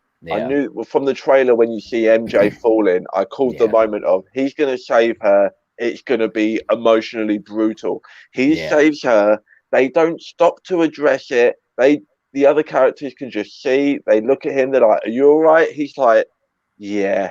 And just in that one word and the way that he says it, you just feel everything. yeah, And it is so well done because they could have easily have just stopped the movie dead, excuse the pun, and yeah. been like, had him like verbally addressed like, oh, I'm so glad that I saved her because I can That's the sleep thing. tonight. He They got didn't need he to do that. he talked about it earlier, which was great. So Yeah. like we already had that setup for it, because he talked about how he couldn't save Gwen and how that was like the thing that haunted him. But and they did that earlier before the fight started, so that Yeah. when this happened, yeah, like you said, they didn't need to do all of that because they had already And then you reminded could just everybody. and then you could just let the actors do the work. And you've got these actors. You've got like, look at this cast, man. Like if you were to look at this cast in any other context, Garfield, Fox, Defoe, Melina, Zendaya, Yeah, hot, like it's ridiculous. Reese Ifans, even, yeah. these are not shabby performers, right? So yeah, definitely let them do the work for you because they can and they do. Oh, they totally do. So they managed to cure Sandman and Lizard. And I've seen some people online complaining because they reused footage from their respective movies. In these, like the shot Mm. where Connors gets cured is literally taken from Amazing Spider-Man, and there are a couple of shots with Sandman that are taken directly from Spider-Man 3. But I'll Yeah, be honest, I didn't even notice it. I Like, did. I mean, I just felt like they were just like, they were just yeah. referencing those shots. I didn't feel like they were reusing them. And if they just Well, someone re, did a side by side, and it's exactly like they took those. Um, but then there are people who are like, it's probably because of COVID they couldn't yeah, fly them in because like I think at least one of them was like living over in like London or something like that. yeah. And so like at that time they couldn't come in, and to get them to just come in for like one random scene for like to do that, it wouldn't be worth it. So it made sense to me. But again, I didn't notice it until somebody pointed it out, which means it didn't even affect my Yeah. viewing experience at Well, I all. knew they would be homaging the shot from those respective moments. And also, I know that if they're going to be digitally recreating the actors to look like how they looked in those movies, then the shots they would be using as reference are the same fucking shots that they are using. Yeah. So you composite them together, it's going to look like the same shot anyway. So Yeah. you're not going to find me complaining about that. I Yeah. Maybe I didn't love that they used the Tobey Maguire suit from Spider-Man 1 and not the one from Spider-Man 2, but you don't see me complaining now, do you? Let's not even go there, Josh. Let it all out, man. I'm not mad about it. I love them all. It's fine. So then Doc Ock shows up and he helps them, the Spider-Men, to cure Electro. They have a bit of a back and forth there, which I thought was nice. Electro had Garfield some, stuff. yeah. Yeah. Electro had some damn good stuff going on. Like Jamie Foxx did a great job, and Yeah. really redeemed that character They from really Amazing did. Spider-Man 2. And Yeah, he kind of teetered at points being like the weak link of the movie earlier on, but they really bring it back. And when we get the stuff with him and Garfield's like, "Nah, man, you were special. I liked you before. yeah, I noticed you before you was this." And then Electro's like, "I'm not gonna lie, man. I really liked you. You helped poor people. You lived in Queens. I thought you were black." yeah. I love that. He's like, "There's got to And be a black Spider-Man out there somewhere." And then he goes, "There's got to be one out there somewhere," which is perfect. And again, that Mhm. should have felt so ham fisted, but it just flowed from like the dialogue and the interactions and where those characters' conversation would naturally go, Yeah. in that moment, and it's just beautiful. Yeah. And how the hell do you get a touching wrap up for Max Dillon, who's like everyone's least favorite on-screen Spider-Man villain? And even It's that true. one, I would say that one was just as touching as like the Sandman moment, and that had the original Danny Elfman score playing. If Yeah. that doesn't get you, I don't know what you are. Yeah, exactly. So then Ned inadvertently frees Doctor Strange. He's not happy about all this shit that's happened. But then he sees, what Peter has done, that he's managed to cure 4 at least of the 5. Not bad. Yeah. And then Goblin shows up. Yeah. And he's got the glider. He's wearing this outfit that's very reminiscent of like the original Goblin outfit, where he's like the purple and green and everything, like the old school Goblin where he looked, his skin and shit was green. Again, if you would have told me on paper that the costume, the classic Green Goblin costume, would come from a slowly deteriorating hoodie, I would have said you was out of your mind, but it worked so well. It was so good. And I like when they showed it in the trailer, like that real quick shot of him flying by. I wondered if that's what they were going to do, because I was like, the style of it reminded me of that, but you couldn't really see the colors very well in that, and I'm sure they did that on purpose. But it made me wonder, like I've been thinking that the whole time, and then finally getting to see it, it was pretty awesome to see. But before Doctor Strange can hit that button, because he's just going to do it anyways, because Goblin's still out here, they didn't get the chance to cure him, so he's like, you got 4 out of 5, not good enough, I'm hitting this fucking button. Goblin gets a pumpkin bomb stuck in that thing and blows that shit up, and it ruptures the multiversal barrier. I'll be honest, I thought this was going to happen earlier in the movie, like when I thought the spell like exploding essentially was what was going to set everything off. I didn't see it happening the way it did originally, so I thought it was neat that we got 2 different instances where stuff happened. Thought that was really cool. We get that moment in the trailer, right, where Doctor Strange is like, they're coming in, I can't stop them, and everyone just assumes that's the moment where the Spider-Men come through, right? Yeah. And obviously, by the time we get to that point in the movie, we've already got those in full force in the movie. So I'm thinking ahead, like, so what does that moment mean in the trailer?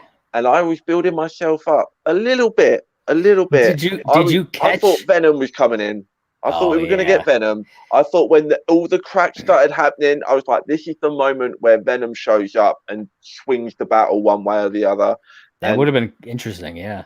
Did you catch the silhouettes in I the saw rifts? a Rhino. I saw a classic Rhino. I saw a Craven. Yep. And I saw maybe a Scorpion or something. I'm not sure. I saw a Scorpion, and I also saw what at least to me, looked like Black Cat. Yeah. So, and there was probably more, but it goes by so quickly that it's like I would need to freeze frame that to be able to fucking look at everything to see what all I bet happens. I bet there's loads in there. I bet there's other Spider-Men in there. There's probably all sorts of silhouettes that we can go fishing for on whatever format it comes out, because you're not going to be a Disney Plus. Yeah, when I get that Blu-ray, I'm going to be freeze framing the shit out of that. I'll say what. I'll be freeze framing, all right. So then Peter takes on the Goblin, and in a rage, he almost kills him, which I was like, I thought maybe he was going to have like the doubt on his own, and then something was going to happen. But nah, man, if it wasn't for Toby, he would have legit murdered Goblin right there. Did you think it was a little too far to have Holland be so ready to like want to kill him after all the lessons he's learned throughout the movie? I don't, only because it's probably only been like an hour, Yeah, but in maybe, the hour maybe two, since, since Aunt May died in his arms. yes, but in the hour since, he's had two Spider-Mans from two different dimensions say that we went down dark paths, we Yeah. went for revenge, and they told him all of that stuff. And I get it, it's Oh, I grief, get it's it. grief. It's different when, like, okay, they can tell him all that stuff, but when he's face to face with the guy, Yeah, sometimes that rage just takes over, you yeah. know. So it felt believable to me, No, though. Like I I would have believed if he had like hesitated also because of what you're saying. I was on for it. Like I thought it tracked fine, but I did find myself thinking, "Oh, is this going to be one of those things where fans are like pissed off that a Spider-Man was like ready to like kill somebody on you know in on screen?" I just thought that maybe they pushed it too much. It wasn't for me, but nobody's I thought complaining it was about an it. interesting dichotomy between what happened at the end of the last movie, where everybody thinks he killed somebody, but he didn't, because at that point he would never do that, to Yeah, now where he's ready to murder somebody. yeah, You and know, it's like I thought that was an interesting kind and he of spent the whole movie at this point like he's literally got a fucking button that he can just press and murder them all straight away, and yeah, he goes through much hardship and still doesn't press the button. So yeah, they earn it, and it ties back into all these Spider-Man, and it's not just black and white. There's nuance to it, and yeah, you listen to what they say, you're looking at the actor, and you yeah, piece it. It's good. yeah. So Toby steps in, he stops him from just like destroying him with a glider, I and screamed. yeah, and then I Goblin thought they were gonna stabs do him. it. Yep, he I, stabs Peter 2, as they call him. And right there, I was like, Peter won. like, I had to stop myself from screaming out loud in the theater. I did. I literally was like, no. I thought they were gonna Logan this motherfucker and be like, right, you're the oldest one, you're Yeah, the legacy one, you're the one that we're gonna do. You're definitely not gonna come back. Let's just. yeah, I thought like all the pieces were there for them to be like, we're gonna kill him off for maximum impact output, yeah, and they could have done, and I would have been pissed. But I would have got it. It would have been like Han Solo dying. yeah. It would have been like, okay, I'm annoyed on a personal level, but also it makes sense for the character, and we can move on now. Like, but Yeah. yeah, oh, they got me. I did Dude, they think did. they They were knew going what to do it. they knew exactly what they were doing. So with the help of Peter 3, Peter 1 is able to cure Norman and restore his sanity. So, hey, we got a little bit of that. So that was good. He was finally back to being normal and all that jazz. Normal Norman. Normal Norman. Peter decides that the only way he's going to fix everything is if no one can remember him. So he convinces Doctor Strange to recast the spell. That's the only way it's going to fix all the rifts and everything, is if nobody remembers him. Yeah. But here's the thing. I'm pretty sure Electro didn't know that he was Peter Parker. I'm almost positive. No, he didn't, because he didn't know he was. He thought he was black. Yeah. He don't know who he is. So why did he come through? I have a theory about this, that Doctor Strange bungled this whole spell in the first place. I mean, yeah, like, you could. What he thought was happening isn't what was happening. Like his whole thing was like, oh, it's pulling through all the people who know, Peter Parker is Spider-Man and all this stuff. I don't think that's true, because we also see. I mean, I'm jumping way ahead, but the end credit or the mid credit with Venom, they don't fucking know who he is. So there's no reason why he should have gotten pulled through. I think Doctor Strange did more damage than he realizes. But yeah. Well, I think he's going to find out some stuff, and it seems like you're very much correct. Yeah. So Strange creates a new spell, and everyone, and I mean everyone, loses all memories of Peter Parker, as if he was never born. It's heartbreaking to think about it. You know what I mean? Because like he's created, everybody remembers Spider-Man. They all know Spider-Man's a thing. Spider-Man helped the Avengers and all this other stuff. I mean, he's still got But like a birth certificate, right? He still like exists yeah, on paper as a he person, exists. as Peter Yeah, Parker. it's just nobody remembers him. Yeah. So like that's why we see at the very end he's got like a GED. So like he couldn't. I don't think he could go back to high school, even though he's probably still in their records. But nobody would know who he is. Not even like the principal. You know what I mean?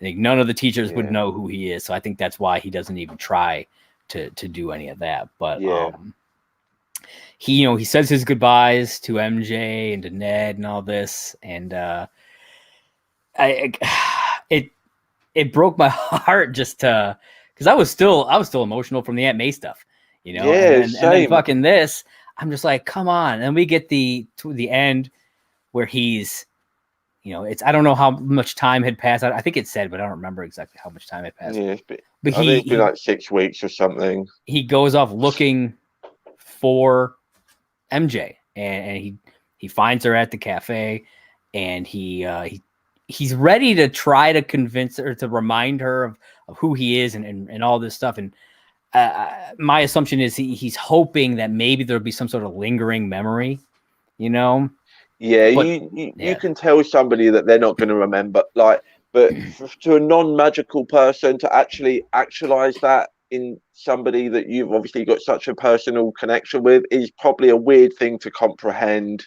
yeah, Even in the MCU. yeah, And yeah, he's probably hoping for something. He sees that there's absolutely nothing, and then he also sees like she's still got like the scars on her head and stuff, and you can just see him make that decision internally of like, yeah, this is the right thing to do. yeah, Even though she said to him earlier on in the movie, "Don't make those decisions for us." yeah. He that's the responsibility part, right? You've got to Mm-hmm. decide to make those decisions on behalf of other people so that they don't have to. And that includes carrying pain, maybe guilt that comes with that. But Yeah, that's him and not for them because they're happy and they're living. And yeah, oh man, it's so brutal. yeah. And he finds out, they both got into MIT. So like Yeah. everything he did, it seemed to have worked. Obviously, this vice chancellor would remember Spider-Man and being like, "Hey, give them another shot," because that's how it must have gone, I because guess they so. had already been denied, so like they gave them another shot, and so now they're going to go to MIT, which is great, but and obviously he's going to try to go there as well. That's why I think he's going to take the GED and try to get his way there as well. So they could Um, establish that moving forward, like so if he goes to MIT as well, then we get a whole college trilogy in MIT, and then we get to like meet MJ and Ned through Parker's eyes, like for the first time again, in yeah, a potentially much more like traditional kind of Spider-Man setup, without the Iron Man stuff and all of that other stuff tying into it, yeah, and just secret identity from the outset, friend, love interest, college, and just a nice classic Spider-Man, which is a weird to think that this trilogy would ever be able to get to a point where that was an option, considering how outside of the box we kind of came into this new set of Spider-Man movies. yeah, But we get there. yeah.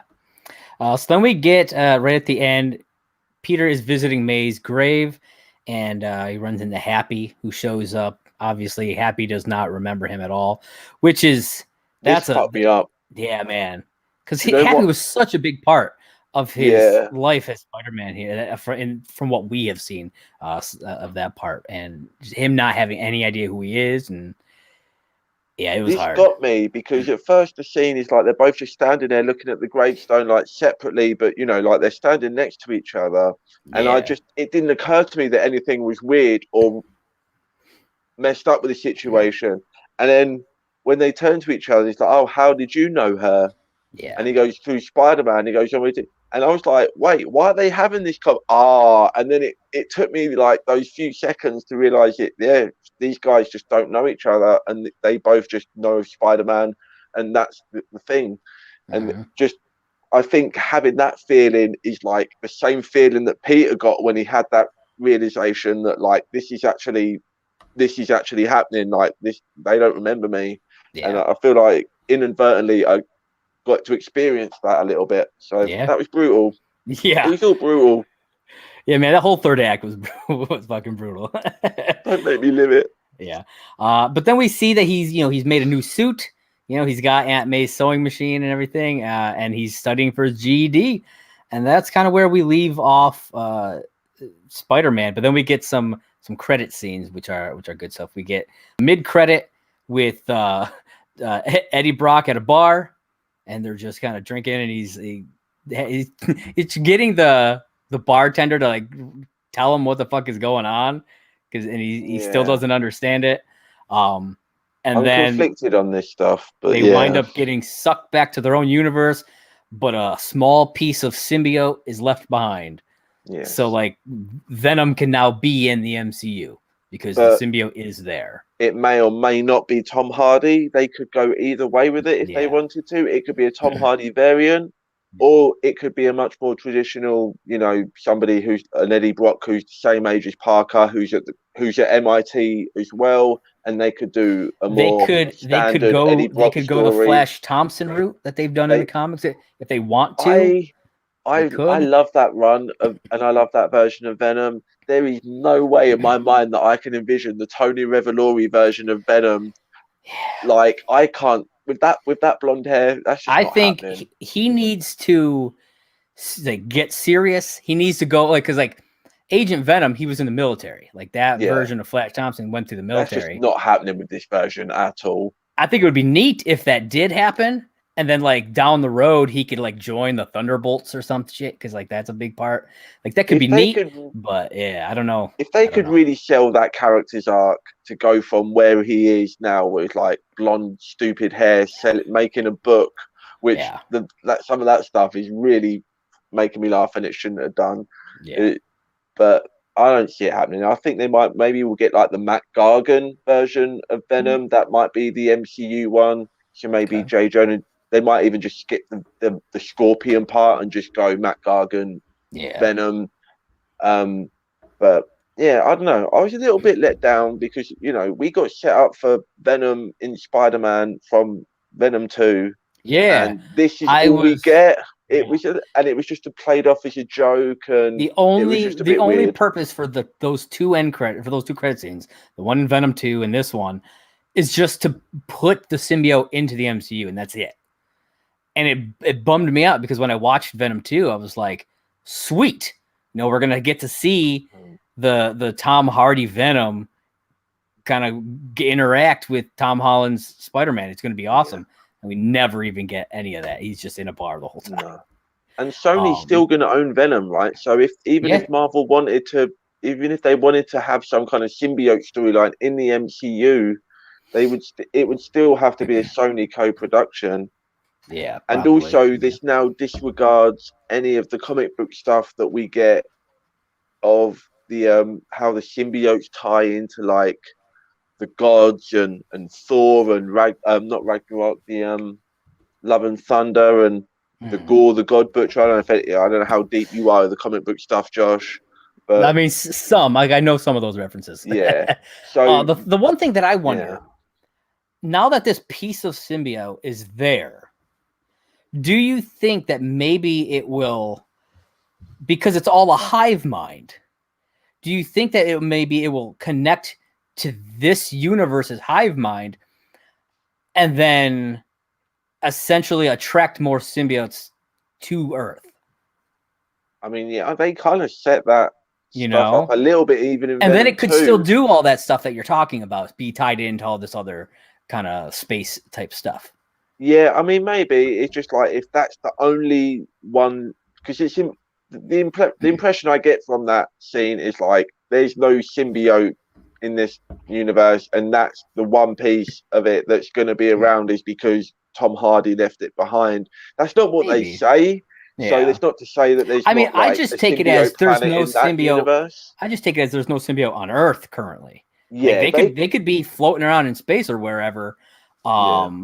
But They other just than haven't that, made it here, and him coming here has just fast tracked it. Yeah, no, I can see that. It just, for some reason, to me, it just led as like there's going to be like one piece of symbiote thing in this universe that's just a remnant of that one scene that happened, and yeah. we'll see how that develops, if at all, in the I mean, future. it better develop somehow. That's all I'm saying. I'll Again, be so I would hope proud of that. so, but then I thought that Yeah, the Venom 2 post-credit scene is going to develop into more than yeah, just another post-credit scene. That is the first time we've had a post-credit scene for a post-credit scene, yeah. and that's all it is. And it's Yep. like, where is that going? Because it's not like a Thanos Infinity Stone situation where that's just going to keep snowballing into a bigger and bigger thing. That's Yeah. just a 1-2 punch of post-credit scenes that I don't know where that goes. So I was a little bit let down for that as a post-credit scene. And plus the other one was just a trailer, which is cool, Yeah. but I liked it, but yeah, it was just a trailer for the Doctor Strange Multiverse of yeah, Madness. I'm not 100% sure what's going on in this thing, but I got some theories. We do see what I'm assuming is Dark Doctor Strange in from this What If, trailer. right? Yeah, Yeah, that's what it it looked seems like to to me. be. Um, and here's what I'm thinking. Since he doesn't remember Peter, he wouldn't remember why he cast that spell in the first place. No, And Doctor Strange being Doctor Strange, would want to know. he would be like, "Why did I do this?" It's like, what's You this know? deleted entry from my browser history? Like, I need to know Yeah. what that is. And I think maybe he taps into some stuff and fucks some shit up in the multiverse because Do you he's think he tries to find digging. out what he forgot and then Yeah. accidentally walks into, starts exploring the multiverse, and then it sees the other Doctor Strange Yeah, and I think opens he that causes gateway? some problems trying to because that's Doctor Strange doesn't stop until he gets his answers. No, and You know what I mean? which means he's going to fuck up a lot more before he can like Yeah, ever become the Sorcerer Supreme. Like, he's just going to keep going down this hole for a little while longer before he kind of fills it all yeah, back in and tucks it away, yeah. which is exciting stuff. It It is is. exciting stuff. And was It that is. Shuma Gorath we see in that Doctor Strange trailer? Because it might be. I think so. Yeah. I It looks mean, like Shuma Gorath to me. yeah, I'm not man. my expert on tentacle one-eyed I I monsters. don't know who the hell else it would be. Um, I mean, if there's two guys walking around that fit that description, then fuck, how yeah, unlucky. yeah, that would not be good at all. But yeah, I'm excited for that movie. It comes in what, like 5 months, like It's May, I think, right? yeah, it's not long, and Yeah, Sam Raimi directing. I'm really excited for that. That trailer doesn't give you yeah, much, and I don't yeah, know if I want the trailers to give us much, but if that's just like the tone of it, then yeah. yeah, I'm all about it. But It was great seeing Wanda again because I mean yeah, we haven't seen her for a while since that was the beginning of the year that we got yeah, to see her. and I would So have been fine with that as a post credit scene, just Strange and Wanda mhm, talking, something yeah, like that, you know. But yeah. We get it's like the yeah, whole trailer in like a minute and a half. we got a lot more than I was expecting. I was like, oh sweet, it's gonna be something to tie into Doctor Strange, and then it's like it kept going. I was like, this isn't a scene, this is like a trailer, and it kept Yeah, going. I was like, oh, okay. I mean, I'll enjoy the shit out of this, but okay. yeah. And Um, Baron Mordo with a new look. It's yeah, like, you know what? I despise all use of magic and sorcerers in this universe, and I will devote my life to killing them. But also, I'm going to grow out some sick dreads. yeah, hell's yeah. Fuck it, So Mordo. Do what you do. that is the movie. That is everything. I had something that I wanted to kind of bring up to you as a theory that I've seen a lot of other people kind of bounce this around as well. But I mentioned how I think Doctor Strange had kind of fumbled the spell in the first place, and was kind of letting characters in that, according to him, shouldn't have been here. So what if, as he's kind of reversing this spell, he screws it up again? Because I mean, it seems like that's kind of his pattern. and he sends some of them to the wrong universes. Right. And this is how we get Venom and an Andrew Garfield Spider-Man in the same universe. Yeah. I've always been on the train that they could have already been anyway, but if they wasn't, then yeah, you could totally do that. You could use that as the impetus for any number of stories. It could be, you know, hell, maybe you've got like a old man Maguire movie, you know, with some other characters that aren't traditionally associated with that universe. So yeah, I'd be about it. I don't know how deep Sony is willing to like ride this train. I guess it depends on how well this movie does.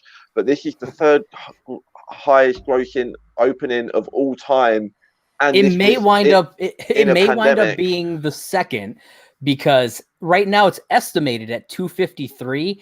I think it only needs like 257 or 258 to jump to number 2.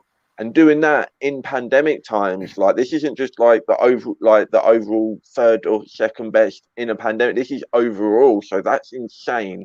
How well would this movie have done otherwise? And how well is this movie gonna, you know, this gonna have legs, man. I mean, we got nothing else really going on until, you know, February, so this movie could do serious money, and then maybe they do look at their stuff and like, is it worth, like, we've got Tom Hardy on board, he seems to really love that character, so it's not like we've got to like overpay him through the wazoos to get that going. We've got that special effects team on board, you know. Now, you know, Garfield's on board. He's not, you know, he might win Oscars or get nominated, but he's not exactly the top 10 highest grossing paid actors of all time, you know. Maybe it's something that we can start looking at. I would be first in line to see that stuff. I've been preaching on the Garfield train since Garfield was Spider-Man. I was the dude running this page on Facebook trying to get Garfield to stay as Spider-Man in the MCU. It didn't work, everyone. But who's laughing now?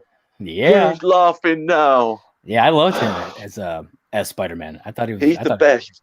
I thought he was and great. He proved it in this movie. And I'll give me more of that. Give me a Logan-esque old man Garfield Spider-Man movie. You know, we can get like 3 different Batman movies, kind of like in different universes, all going on. If DC can have like different Batman movies and shit coming around, why not? You know, you got this Robert Pattinson Batman movie, but then you got the Flash movie that's got the Ben Affleck Batman and the Michael Keaton Batman. Why the hell not have multiple Spider-Man movies? And then you've got like a separate Batwoman and a Batgirl and and you know, Lego Batman. There is room for all of this stuff. And oversaturation is only a thing when you oversaturate us with shit. If you make it good, it won't be oversaturated. Exactly. Learn, studios who are clearly listening.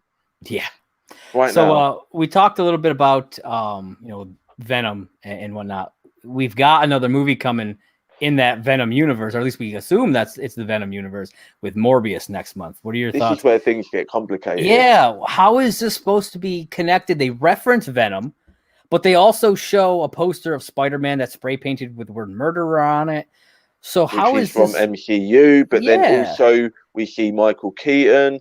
But also it's the Daily Bugle font, I believe, from the Raimi Spider-Man movie. And I think it's the Oscorp from the Amazing Spider-Man. I don't know if this is just like they're just cherry picking, or they've just already got that logo or that thing and all this stuff, like, and they're just doing it lazy. But with how this movie has come together, you know, some of the things that we're starting to see, like, shit, there might be some really good stuff going on behind the scenes of Spider-Man now. Like, I'm left No Way Home really excited and optimistic for the future of Spider-Man on screen, which I've not felt for a long time. Like, so they clearly know what they're doing for it to not be a mistake. But then if Michael Keaton's in the MCU but Venom is not, but Michael Keaton's talking to Morbius and then Morbius is referencing Venom, like, the rules were kind of skewed, and even more so now going into this. I was hoping to have clarity going into Morbius. I thought maybe it would I'd have some answers or at least some theories as to how it would Yeah. at least work. But now I'm like, I don't know how this is Well, I gonna thought, work. well, before No Way Home come out, I assumed that the logic was okay. We're seeing all this stuff in the Morbius trailer. We haven't seen No Way Home yet, so Spider-Man No Way Home must end with some kind of like universe merging status quo that we were going to then roll with going forwards. Yeah. But we've not. That's not what we've done. We've just isolated Spider-Man, and nothing else is referenced or presumably, in the same universe. Yeah. And now Now we've kind of just theoretically, opened questions again. Morbius could just be a completely own separate universe, I really. mean, and it just happens to be a universe where Spider-Man was accused of murder, and also there was a Venom in San Francisco, and Yeah. there's a Michael Keaton Vulture, and Yeah. it's just slightly different in some other way because it has a Yeah. Morbius, I guess, is the way that version is different. Yeah. Um, Yeah. but I mean, which is a bit of a letdown, but I mean, that's as fine an explanation as any, and I Here's wouldn't. another thing I wonder. Because Venom is in San Francisco and Spider-Man is in New York, who's to say Spider-Man doesn't exist in that universe? Maybe just the Yeah, Avengers don't exist. But yeah. Spider-Man he's doing his own neighborhood, small town stuff. Which is why I thought that There'd be Garfield no could way. be the Yeah. Spider-Man in the Venom universe. That They could could be they could that could be easily the just tie it that way. and if we get if we get Garfield, because everyone's on the internet is clamoring for more Garfield Spider-Man, which I never thought I would see. I thought Yeah. coming out of this movie, I thought everyone was just going to be like Spider-Man 4, Tobey Maguire, but Yeah. it seems to be that the general chatter is on Garfield. So if if there's a time to announce that Garfield is going to be in Morbius and in Venom 3, that wouldn't be the worst thing in the universe. Yeah. And I think people would roll with that quite handily. But I Yeah. don't think that's what's going to happen. I think it's like what you said, and it's just another version that we just haven't seen and probably won't even be addressed really in the movie. Yeah. But hoping for more. Always Yeah. hoping for more, like me Yeah. on prom night. I guess we'll have to see. All right. You have any last thoughts that you want to give before we wrap up here? Nah, man, I just can't wait to see this thing again. Yeah, Like I me said a too. minute ago, I'm so excited now for the future of Spider-Man. The potential and the Yeah. possibilities is so crazy now. And Yeah. there's going to be references to this movie in Spider-Verse 2 when Oh they get to yeah. that. Like they reference Miles in this movie. They're gonna throw some stuff the other way, I think, from Spider-Verse Do 2. you think they would show a live action shot in that movie? I think So like we maybe he pops into a universe and it's like in the middle of like the Statue of Liberty fight, and then he pops back out through a Yeah, portal. there could very well be a shot in Spider Verse where Miles is like in his bedroom and like a portal starts opening and he just looks and he's just like, nope, you know. It's like you see Ned opening the portal or something on the other side. They could do something like that. I don't know if they will. They have said that Spider Verse 2 is gonna like go across many different versions of Spider-Man and in Yeah. all the different appropriate styles. They did say animation styles, but they're keeping some stuff in their hat. Yeah. At the very least, we will have the voice of one of the live action Spider-Man. I think at least we'll have a voice of them as an animated version of themselves in the movie. But I think Yeah. a live action cameo is very much on the table. I think that would be And awesome. and you can go further down that road. You can have more like Spider-Verse like event movies that happen as we progress and have more and more spider characters, both live action and animated. You Yeah. can do more small scale, you know, just Spider-Man movies or Black Cats and Silver Sables and Cravens, and they and I don't know. I no longer have the feeling of, oh, it's Sony, it's going to be shit. I don't. That's not necessarily the case now. So I feel so hopeful moving forward for Spider-Man and the potential, and that they might actually realize some of that potential is the most exciting thing. Yeah, it's definitely something to look forward to. So, but yeah, this is Ben, oh, what a Marvel. Dean, let everybody know where they can find you on the internet. You can find me at Dean Lewis 2099 on Twitter. Not tweeting for the last nearly 2 hours because we have gone hard on this show, everyone. You are Yeah, we so did. welcome. And I probably Absolutely. won't tweet that much anyway, but follow me anyway because sometimes it's worth it. That's right. And you can follow me on Twitter at JP Raynor. That's JPRAYNOR. And of course, follow us right here on Merc with Movie Blog at Movie Blog Merc on Twitter, as well as YouTube, Facebook, Instagram. Check us out on all of those. Everywhere. That's right, folks. So thanks again for joining us. And if you haven't seen Spider-Man, I don't know why you watched this for 2 hours, but go see it. And if you have seen it, go see it again because it's worth it. All right. Catch you guys next time.